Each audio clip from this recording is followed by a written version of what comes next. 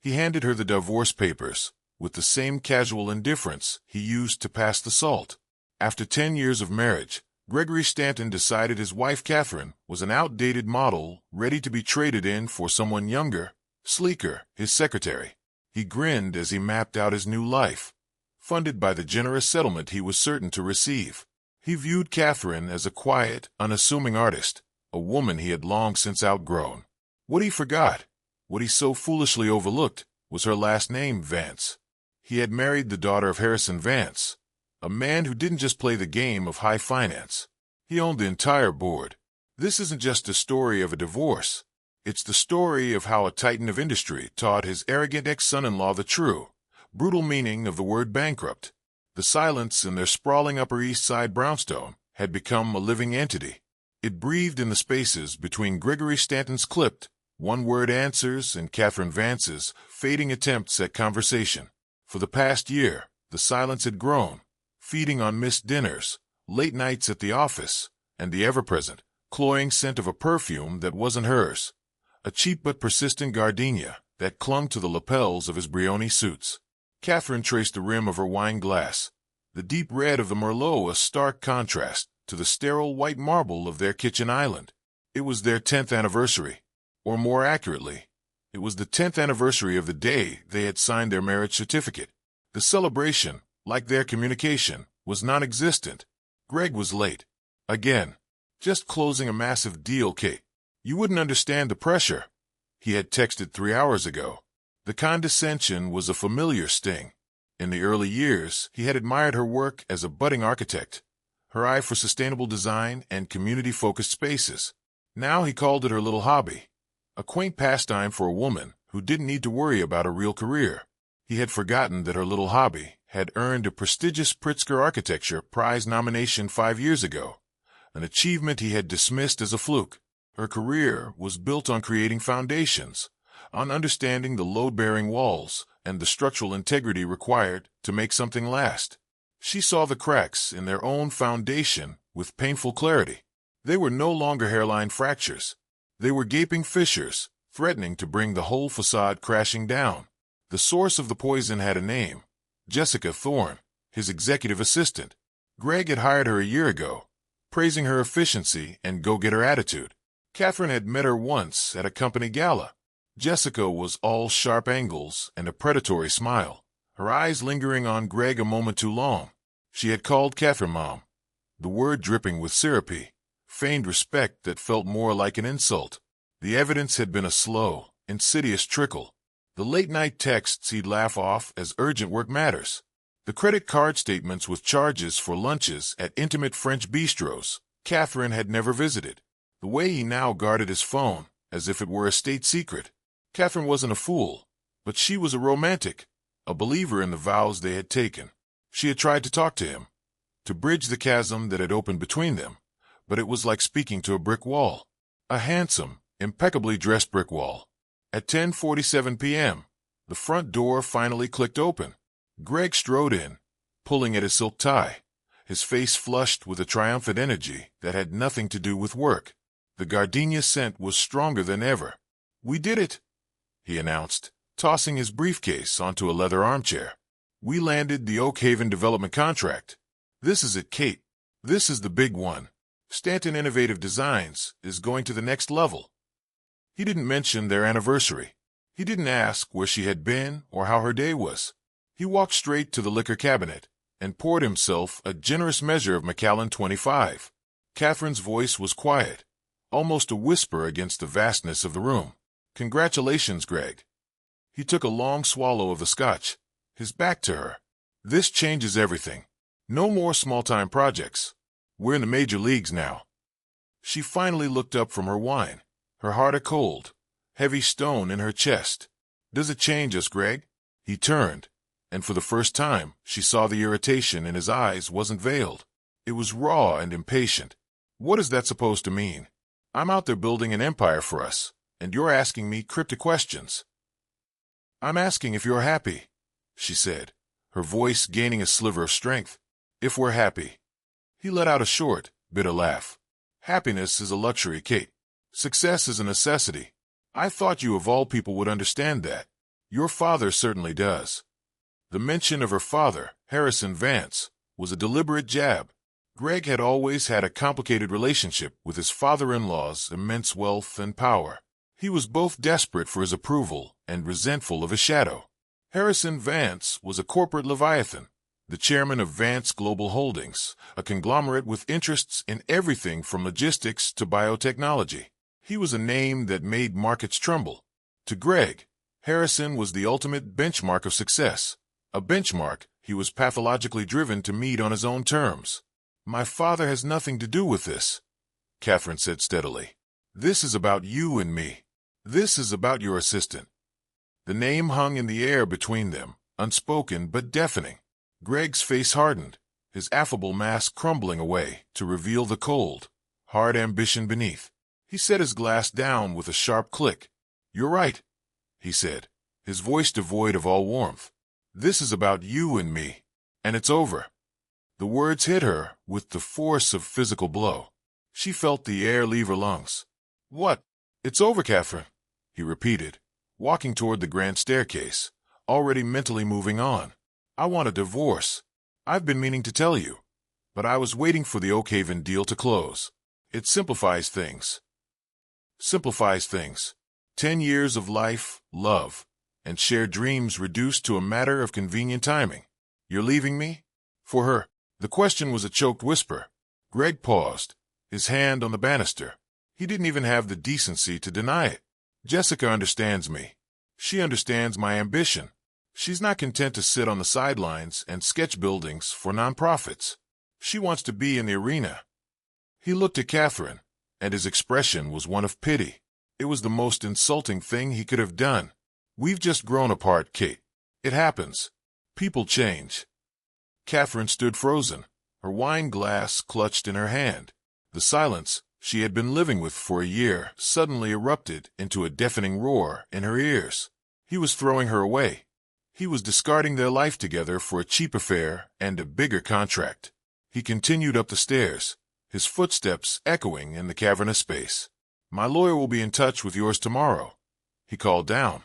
Let's try to be civilized about this. I'll be generous, of course, for old time's sake.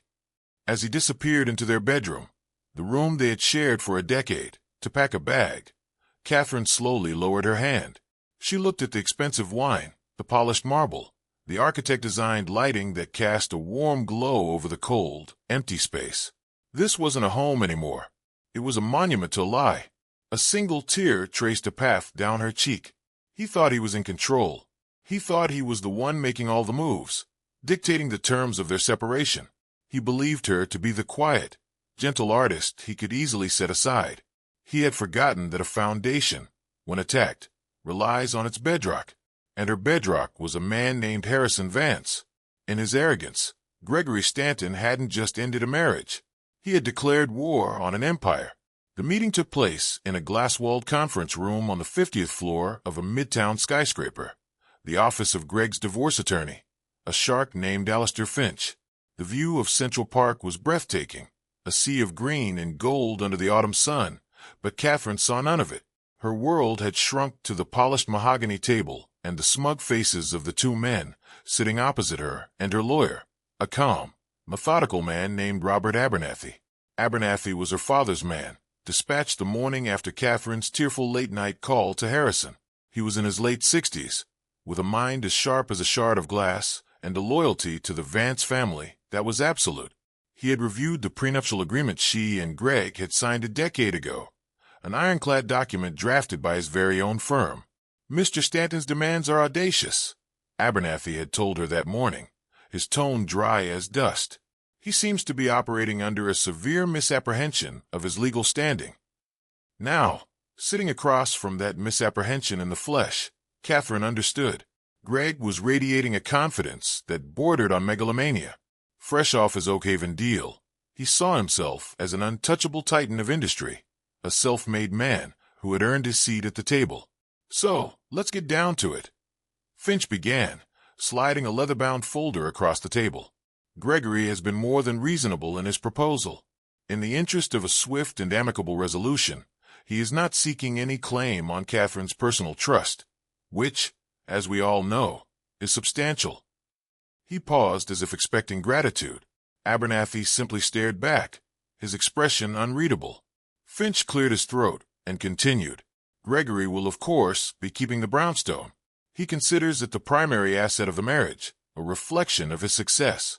He is also requesting 50% of all liquid assets accumulated during the marriage, which includes the joint investment portfolio with Morgan Stanley. And finally, a one-time alimony payment of $5 million to compensate for the emotional distress and the career sacrifices he made to support Catherine's artistic endeavors."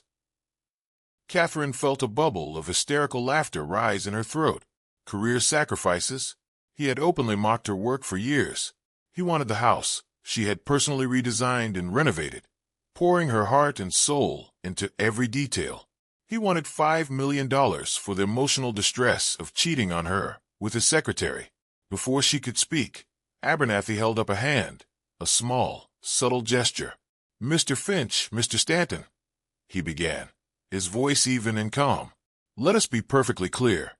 The prenuptial agreement signed by both parties on June 12, 2015, is unequivocal. In the event of a dissolution of the marriage due to infidelity, the at-fault party forfeits all claims to shared property and is entitled to no alimony whatsoever." Greg scoffed, leaning back in his chair with a theatrical sigh. "Oh, come on. That infidelity clause is archaic. It'll never hold up in court. Who's to say who is at fault? Marriages are complicated." "Are they?" Abernathy asked, his eyes locking onto Greg's. "Because I have here a sworn affidavit from the concierge at the Mandarin Oriental detailing Mr. Stanton's weekly meetings with a Miss Jessica Thorne for the past 8 months. I have receipts from Tiffany and Company for a diamond necklace not purchased for my client. I also have a digital forensics report from Mr. Stanton's personal laptop, the one registered as a joint marital asset, which contains a rather extensive record of his correspondence. Would you like me to read from it?" Greg's confident smirk faltered. A flicker of panic crossed his eyes before he masked it with anger. "That's an invasion of privacy. You can't use that." "We can and we will," Abernathy stated flatly. "The laptop was purchased with funds from a joint account, making it marital property. The evidence is admissible, and it is damning." Finch, the high-priced lawyer, shifted uncomfortably. He hadn't expected this level of preparation. He had expected a tearful, heartbroken wife willing to pay any price to make the pain go away. He hadn't expected the legal arm of Vance Global Holdings. "Now," Abernathy continued, sliding a single sheet of paper across the table, "this is our counteroffer. It is also our final offer. Catherine will retain the brownstone and all its contents. She will retain 100% of the joint investment portfolio. Mr. Stanton will vacate the premises within 48 hours.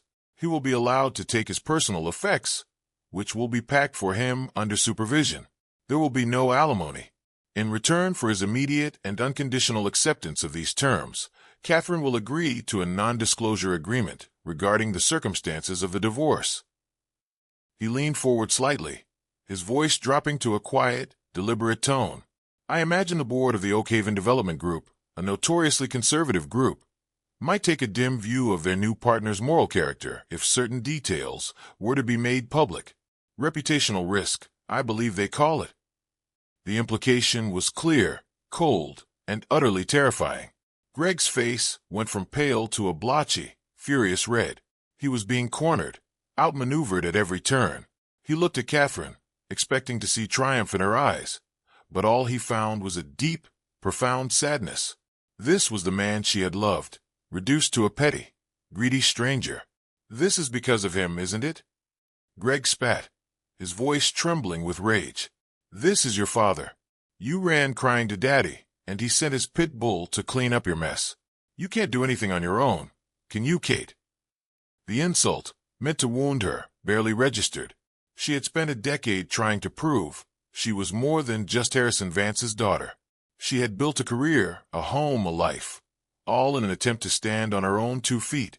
And in the end, when the man she had given that life to tried to burn it all down, it was her father's power that served as her shield. The irony was not lost on her. "Sign the paper, Greg," she said, her voice finding a strength she didn't know she possessed. "It's over. Just sign it and go." His eyes darted between Catherine, Abernathy, and his own lawyer, who gave a nearly imperceptible shake of his head. Finch knew they were beaten. To fight this would be to invite public humiliation and professional ruin for his client. With a hand that shook with fury, Greg snatched a pen and scrawled his signature on the document. He threw the pen down on the table, the clatter echoing in the silent room. He stood up, his chair scraping loudly against the floor. He pointed a finger at Catherine. "You'll regret this," he hissed. "I built my company from nothing. I don't need you. I don't need your father's money. I have the Oakhaven deal. I'm still winning. You and your father, you'll see." He stormed out of the room, Finch scurrying after him. The door clicked shut, and Catherine finally let out the breath she had been holding. She felt no victory, only a hollow ache. The severance was complete. The legal ties were cut. But as Greg's final arrogant words hung in the air, she knew this was far from over. He didn't understand. He thought this was about a divorce settlement. He couldn't grasp that he hadn't just insulted Catherine Vance, the architect. He had profoundly insulted Catherine Vance, the beloved daughter of Harrison Vance. And for a man like Harrison, some insults were debts that could only be repaid in full, with devastating interest. Harrison Vance's office on the 80th floor of the Vance Global Building was a testament to his philosophy. Power is quiet. There were no ostentatious displays of wealth. The walls were paneled in dark, unpolished mahogany.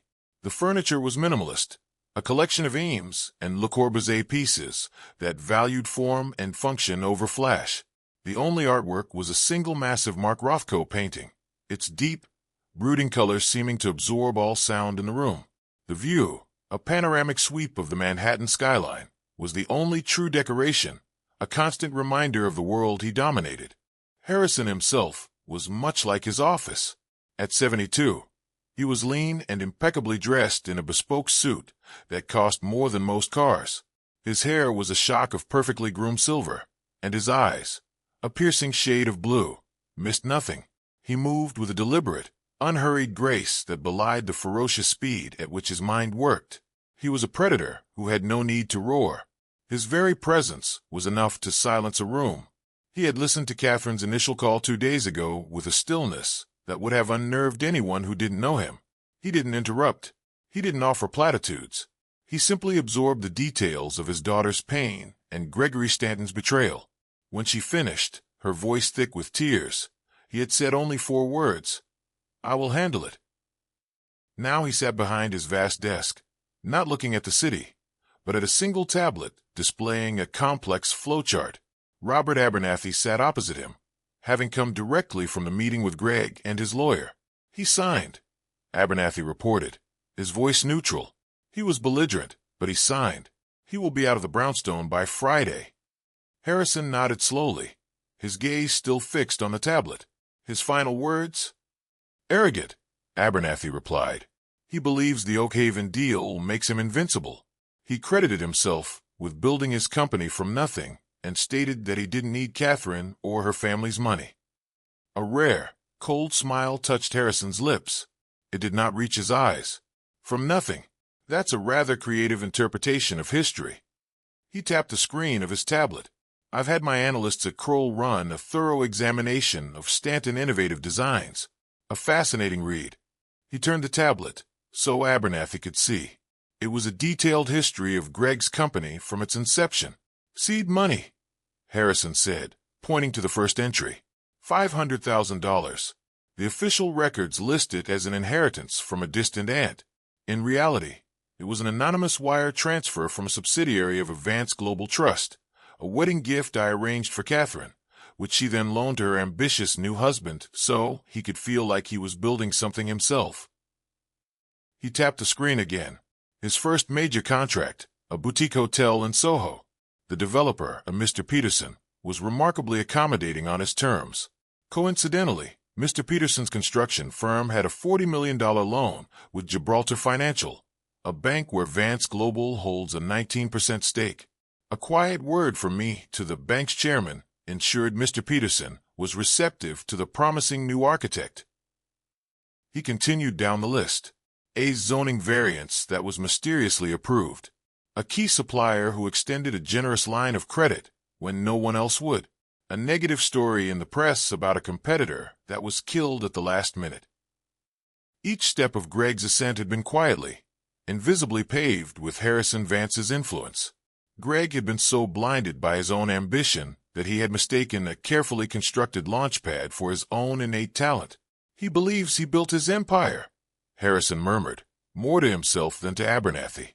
"He has no idea he was merely a tenant in a building I owned all along. It is time to issue an eviction notice." Abernathy watched his employer, a man he had served for 40 years. He had seen him dismantle corporations, orchestrate hostile takeovers, and neutralize competitors with surgical precision. But this was different. This had a current of personal fury beneath the icy calm. This was for Catherine. "What are your instructions, sir?" Abernathy asked. Harrison's gaze finally lifted from the tablet, and the full, chilling force of his attention fixed on his lawyer. "The Oakhaven Development Group, their financing for this project is a complex syndicate of lenders. Find the linchpin, the one lender whose withdrawal would trigger a confidence collapse. By their position, we will become their primary creditor." "Understood, sir." "And Stanton's other lines of credit? Stanton Innovative Designs is leveraged to the hilt," Harrison said, his voice dropping.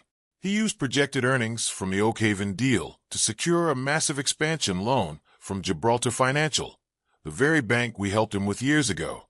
"I had a conversation with Chairman Reynolds this morning. A very pleasant chat. We discussed risk management. I expressed concern about overexposure to the volatile commercial real estate sector. Gibraltar will be calling in his loan, citing a material adverse change clause. The full amount will be due in 30 days. 30 days. It was a death sentence for a company like Greg's. His suppliers? Abernathy prompted. Most of his material contracts are with subsidiaries of the Allstate Materials Group. As you know, our pension fund is their largest institutional investor. They will be informed that, due to a strategic review, all credit terms with Stanton Innovative Designs are revoked. Payment will be required up front for all future orders. Immediately." The strategy was brutally elegant. It wasn't a frontal assault. It was a systematic strangulation. Harrison wasn't just going to knock Greg down. He was going to dismantle the entire ecosystem that supported him, piece by piece, until there was nothing left but air. "And what about Miss Thorne?" Abernathy inquired. Harrison waved a dismissive hand. "The secretary. She is a symptom, not the disease. She is drawn to power and money. When those are gone, she will vanish like morning mist. She is beneath my notice." His focus was solely on Greg. The man's arrogance is his fatal flaw. He flew close to the sun, believing he had built his own wings. He is about to discover they were made of borrowed feathers, and I am recalling the loan. He stood and walked to the vast window, clasping his hands behind his back as he looked down at the city below. He saw it not as a collection of buildings and people, but as a complex network of power, influence, and debt, a system he knew how to manipulate better than anyone alive. "He hurt my daughter," Harrison said, his voice a low, dangerous growl. "He took her love and her loyalty and treated them like disposable assets. He thought my family's name was a tool for him to use. He is about to learn that it can also be a weapon of unimaginable weight." Down below, somewhere in that concrete jungle, Gregory Stanton was probably celebrating, toasting his freedom and his bright future with his mistress. He was blissfully unaware that a silent, patient predator perched high above the city had just marked him as prey. The hunt had begun. The first tremor hit on a Tuesday. Greg was in a meeting with his senior design team, mapping out the initial phases of the Oakhaven project. He was on top of the world. The divorce was a minor annoyance, a footnote in his grand descent. He had Jessica by his side. He had even promoted her to Chief Operating Officer, a title that came with a corner office and a staggering salary. He felt liberated, powerful, and unstoppable. Then his phone buzzed. It was his CFO, a perpetually anxious man named David Chun. "You need to see this," David said, his voice tight. Now, Greg excused himself from the meeting and strode to David's office. On the screen was an email from the Oakhaven Development Group. It was a terse, formal notice. citing unforeseen shifts in their financing structure. They were putting the project on indefinite hold. What the hell does that mean? Greg demanded. We have a contract. It means they're pulling out, David said, his face pale. The contract has a termination clause, Article 7B. If their primary financing is withdrawn, they can dissolve the agreement with a penalty payment. The penalty is a fraction of what the project is worth. Greg felt a jolt of cold fear. Their financing was solid. It was with a consortium led by Deutsche Bank. What happened? According to my source, a private equity firm called Blackwood Capital bought out Deutsche Bank's position last week. They then declared the terms of the loan unacceptable and withdrew the funding. The whole consortium collapsed. Blackwood Capital. Greg frowned. I've never even heard of them. They're new, but aggressive. Rumors they're a front for a much larger player. A larger player? The words echoed ominously in Greg's mind. He spent the rest of the day on the phone, demanding answers from lawyers and contacts at Oakhaven, but it was like punching a ghost. The decision was final. The deal that was supposed to make him a legend was gone. The next day, the second tremor hit. It was a call from Mark Reynolds, the chairman of Gibraltar Financial. Greg had golfed with him. He considered him a friend. Greg, my boy, terrible news, Reynolds said, his voice oozing a practiced, insincere sympathy. The board had a risk assessment meeting. Given the collapse of the Oakhaven deal, we're seeing a material adverse change in your company's financial outlook. We have to call in the $20 million expansion loan. As per the covenant, it's due in 30 days. The phone felt slick in Greg's sweating palm. 30 days? Mark, you can't be serious. That's impossible. My hands are tied, Greg. The board is concerned. You know how it is. Greg didn't know how it was. He had never been on this side of the phone call before. He had always been the one in favor, the one whose risks were underwritten. Now, suddenly, he was a liability. The tremors were becoming an earthquake. He called his suppliers at Allstate Materials Group to arrange steel and concrete for a smaller, ongoing project. The purchasing manager, a man who had been whining and dining him for years, was suddenly cold and formal. I'm sorry, Mr. Stanton. Our corporate policy has changed. All future orders with your firm will require 100% payment up front via wire transfer before we can process them. Up front, we have a net 60 credit line with you. Greg roared. That credit line has been suspended effective immediately. I'm sorry. It's a decision from corporate. Panic, cold and sharp, began to claw at Greg's throat. This wasn't bad luck. This wasn't a market downturn. This was a coordinated attack. One by one, the pillars holding up his business were being knocked out from under him. The Oakhaven deal, his bank financing, his supply chain, all gone within 48 hours. He retreated to his office, the grand space he had designed as a monument to his own success. It now felt like a tomb. Jessica came in, her usual confident stride replaced by a nervous energy. Greg, what's going on? She asked, her voice high. My new company card was just declined. The company accounts are frozen. It's a temporary cash flow issue, he snapped, running his hand through his hair. I'm handling it. But he wasn't handling it.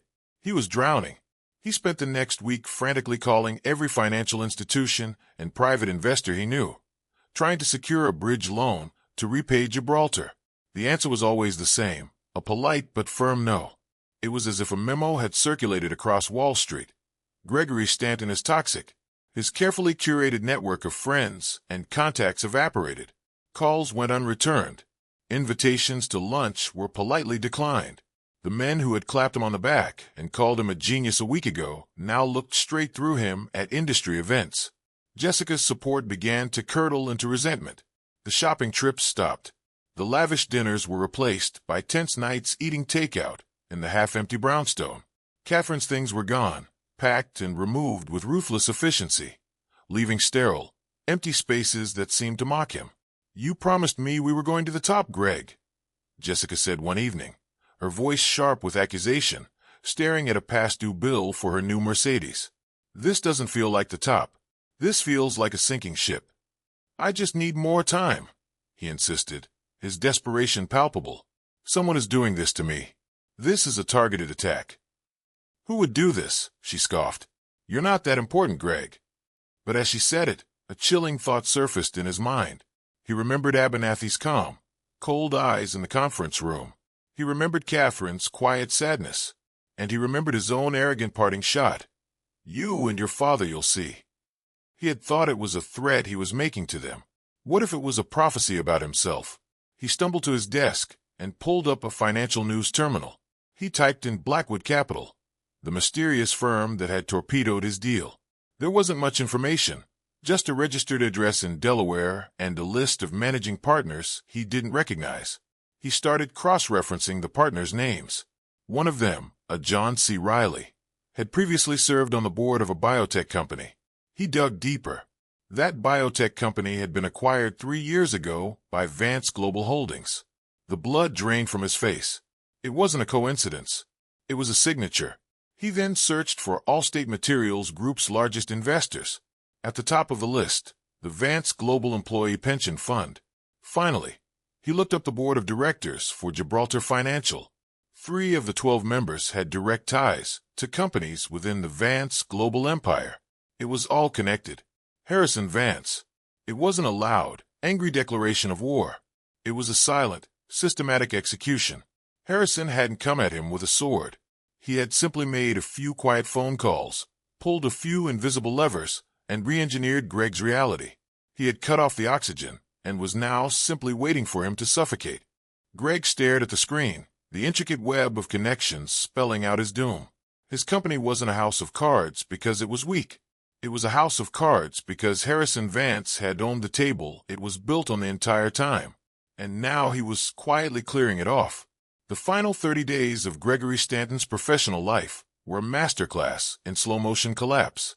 Every morning brought a fresh crisis.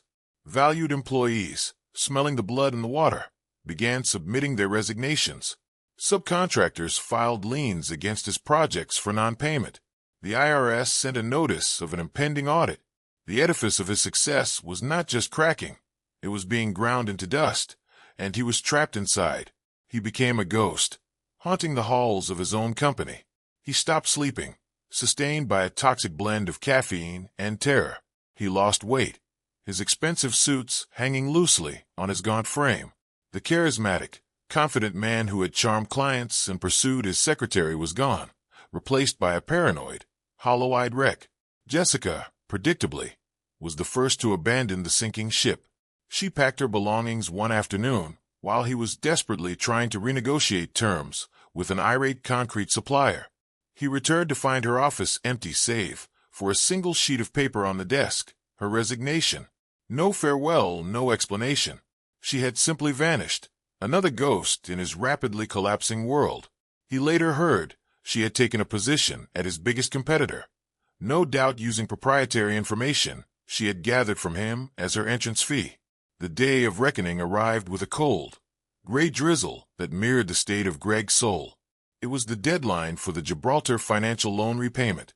He was sitting in his office staring at a bank balance that was less than his monthly mortgage when his loan remaining assistant informed him that a Mr. Abernathy was there to see him.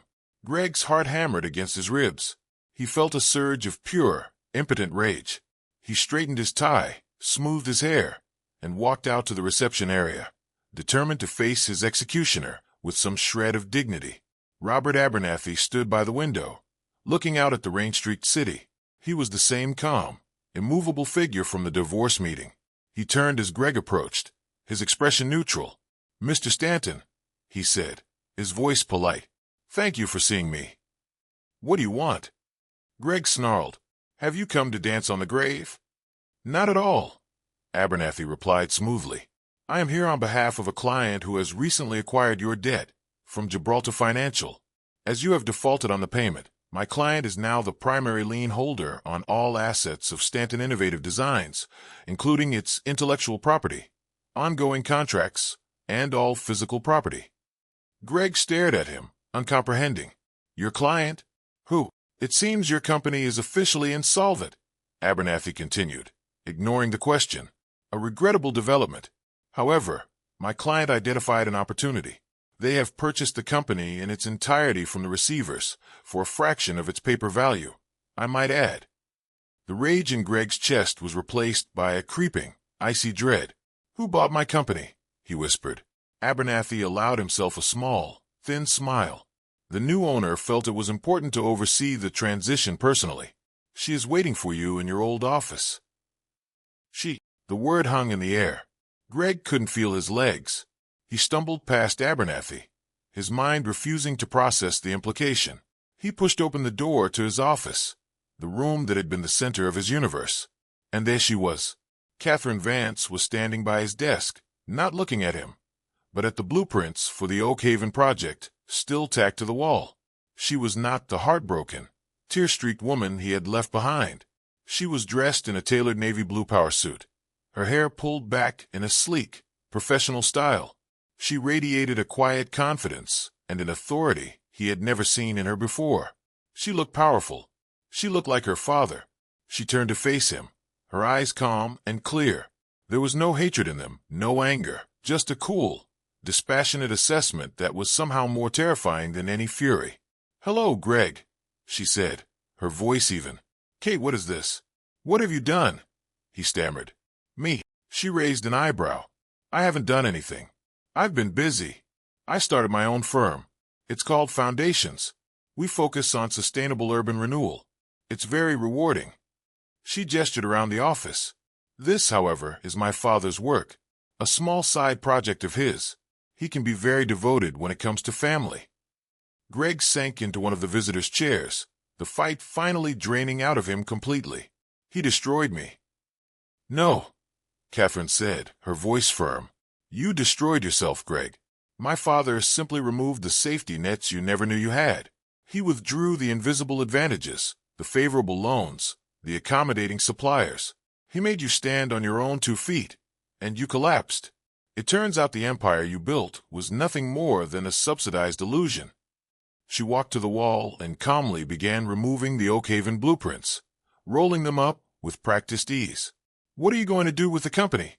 he asked, his voice barely a whisper. "We're dissolving it," she said simply. "We'll sell off the physical assets, the computers, the furniture. The name Stanton Innovative Designs will cease to exist. Its contracts will be absorbed by other, more stable firms. It will be as if it never was. The ultimate erasure, not just bankruptcy, but complete and total annihilation. His name, his legacy, all of it gone." "Why, Kate?" he pleaded, a pathetic edge entering his voice. "Why go this far?" She finally looked at him directly, and for the first time he saw a flicker of the woman he had married, a flash of the pain he had caused her. "You asked me once what my little hobby was worth," she said, her voice dangerously quiet. "You dismissed my work, my passion, my very identity as something quaint and inconsequential. You built your entire world on the idea that you were the success, and I was merely the accessory." She paused, letting the words settle. "My father did this because you hurt his daughter. But I am here, Greg, to show you the result, to make you understand. This is what happens when you mistake kindness for weakness. This is what happens when you try to tear down a woman who knows how to build things that last." She tucked the rolled blueprints under her arm and walked toward the door, pausing beside his chair.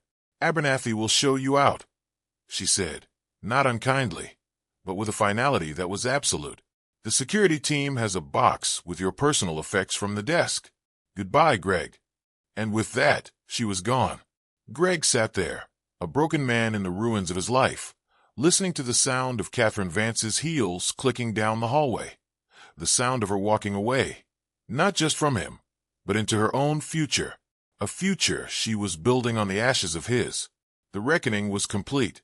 While Gregory Stanton's world was imploding, Catherine Vance was meticulously constructing a new one.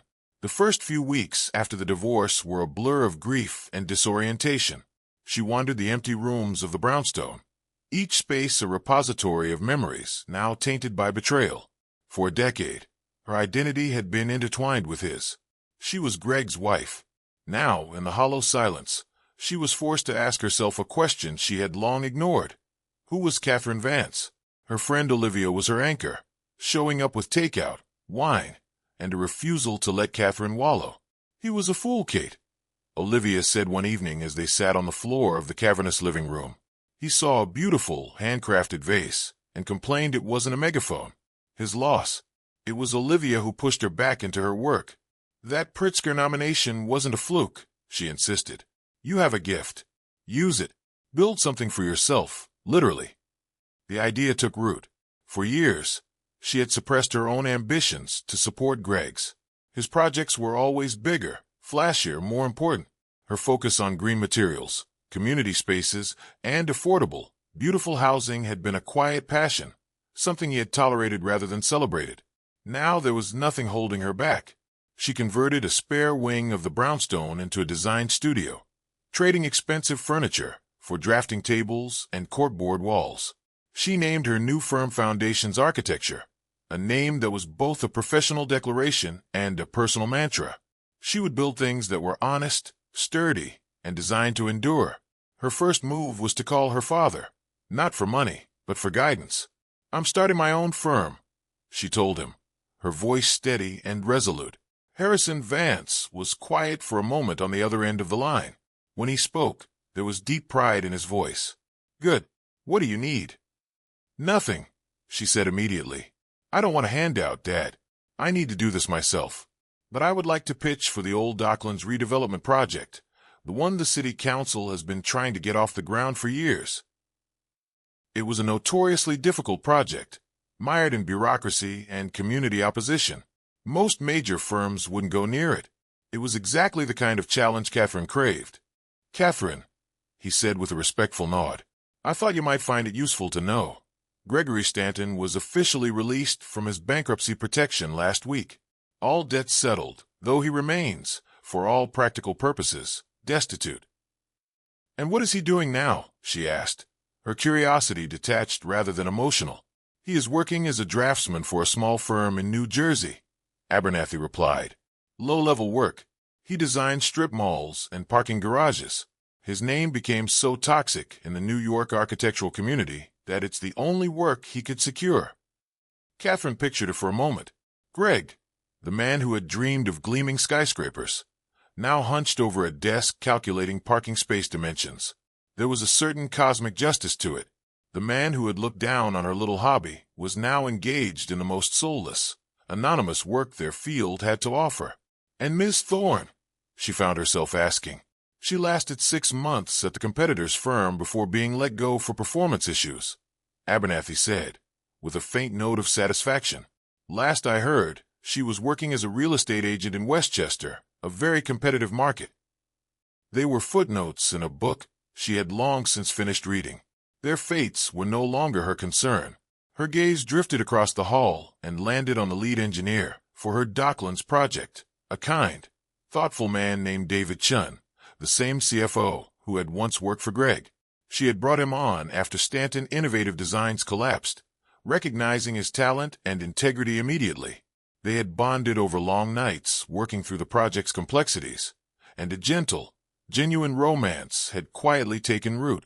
He caught her eye and smiled, a warm, open smile that carried no hidden agenda, only sincere affection. She smiled back, a feeling of deep, settled peace washing over her. Her life was full, not just with success, but with purpose, respect, and the promise of a love built on a true foundation of partnership and trust. She had endured the betrayal and the heartbreak. She had emerged from the wreckage not just intact, but stronger, truer to herself than she had ever been. Gregory Stanton had tried to bring her life down around her, but he had failed to grasp a fundamental principle of architecture, the very discipline she had devoted her life to. You cannot destroy a structure by attacking its facade. Real strength, lasting strength, comes from the integrity of the foundation, and her foundation, built of self-respect, passion, and the unshakable love of her family, was, and always would be, unbreakable. She had not only rebuilt her life, she had created a stunning, enduring masterpiece.